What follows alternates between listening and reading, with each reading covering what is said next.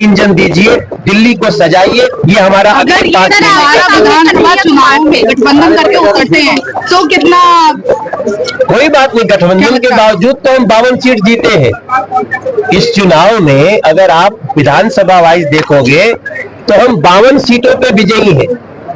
तो लोग तो हैं, बस उनको। नमस्कार, स्वागत है दिल्ली की आवाज और टाइम्स ऑफ भारत में। मैं मोनिका शर्मा और आज मैं उपस्थित हुई हूँ दिल्ली प्रदेश के अंदर। पता है आपको कि जब भारी बहुमत से जो है सातों जो लोग खड़े हुए थे एमपी के तौर पर, वो सभी जीत चुके हैं। वहीं पर आज दिल्ली प्रदेश में सभी का सम्मेलन था, जहाँ पर वीरेंद्र सचदेवा जी के द्वारा जो है यहाँ पर उन्हें आमंत्रित किया गया था। कहीं ना कहीं पर बताया कि जब हमने उनसे बातचीत करते हुए नजर आएंगे तमाम एमपी से जो अभी के बनकर जो अभी आए हैं, वो क्या रणनीतियां लेकर आए हैं लोगों के लिए, जनता के लिए क्या रणनीतियां लेकर आए हैं, कि जिस तरीके से विकास की बात होती हुई नजर आ रही है कि कितना संभव होता नजर आएगा दिल्ली के अंदर। क्योंकि कहीं ना कहीं तो बहुत ही चैलेंजेबल जो है इस समय माहौल चल रहा है, जहाँ पर एक तरफ अरविंद केजरीवाल की सरकार है, वहीं जो एमपी जो है सातों के सातों बीजेपी के दिखाई दे रहे हैं। तो टक्कर की जो एक बार फिर शुरुआत हो रही है। कहीं ना कहीं पर जो डबल इंजन की सरकार की बात करते हुए बीजेपी नजर आ रहा है, कितना इसमें कार्यरत रहेगा वो तो देखने वाली बात होगी जब 6 महीने बाद एक बार फिर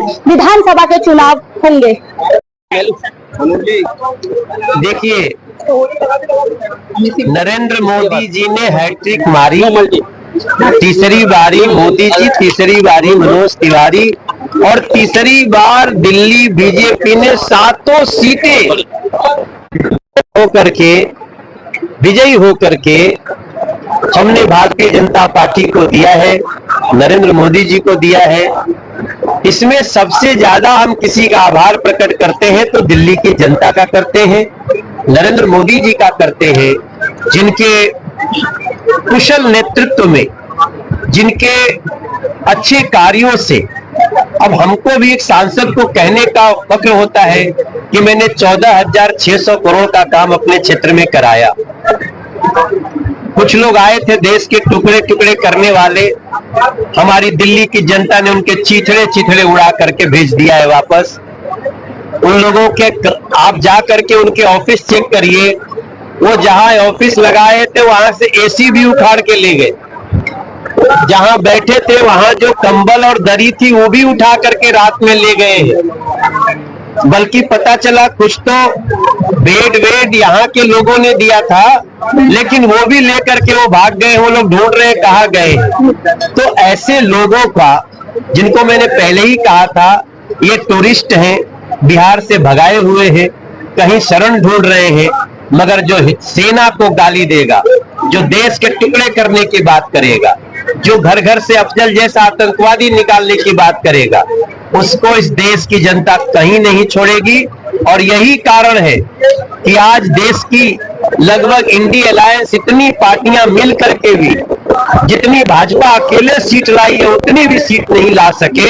ऐसे बेशर्मों को ईश्वर सद्बुद्धि दे जो अभी भी सरकार बनाने के लिए लुपलुपा रहे। तो ऐसे लोगों को देश की जनता ने नकारा है। देश की जनता को सत सत नमन है, क्योंकि उन्होंने नरेंद्र मोदी जी को तीसरी बार प्रधानमंत्री बनने के लिए क्लियर मैंडेट दिया है। कुछ लोग नैरेटिव बना रहे हैं कि बीजेपी को 272 नहीं आया। मैं ऐसे नैरेटिव बनाने वालों से पूछता हूं, क्या बीजेपी अकेले चुनाव लड़ रही थी? बीजेपी हमेशा एनडीए के तहत चुनाव लड़ती है। बीजेपी को 303 सीट आया, तब भी हमने क्या अपने एनडीए के घटक दलों को छोड़ा? नहीं। इसलिए जो लोग ऐसा नैरेटिव बनाना चाहते हैं, जो इंडी अलायंस से बहुत सारे पैसे लेकर के झूठी अफवाह चलाए हैं, उन लोगों को बोलना चाहता हूं, शर्म करो। अगर तुलना करनी है तो अकेले भाजपा के बराबर भी पूरी इंडी अलायंस के सीट नहीं आए हैं। वो 232 पे हम 240 पे हैं। इस देश का बड़प्पन है, वो नरेंद्र मोदी में विश्वास करता है।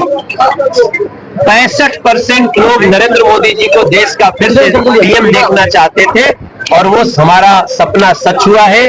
मोदी जी को बहुत बहुत बधाई, जनता को बहुत बहुत बधाई। एक आखिरी सवाल है सर, एक आखिरी सवाल है। दूसरी बार आप आ रहे हैं, दिल्ली से एक केंद्रीय मंत्री रहता ही रहता है, तो आप कितने आशान्वित हैं इसे लेकर के?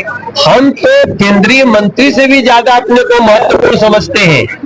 जब हम नरेंद्र मोदी जी से बैठ करके, अमित शाह जी से बैठ करके हम देश के कोई भी कार्य करा लेते हैं, अब ये पुराना ढर्रा हो गया कि हम कैबिनेट मिनिस्टर होंगे तभी हम काम कर पाएंगे।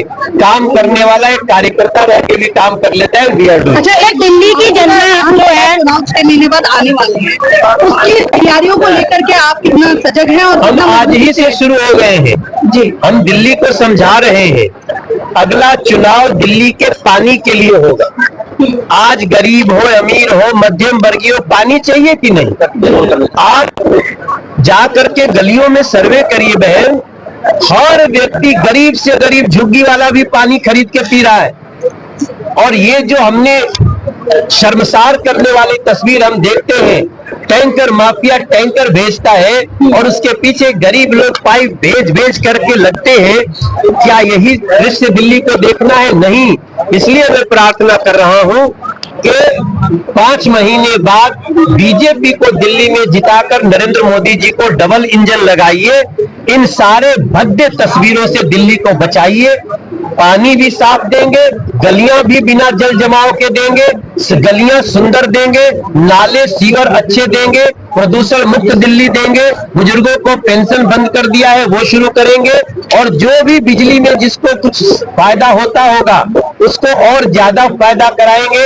अब हम 300 यूनिट फ्री देने की योजना पे काम कर रहे हैं।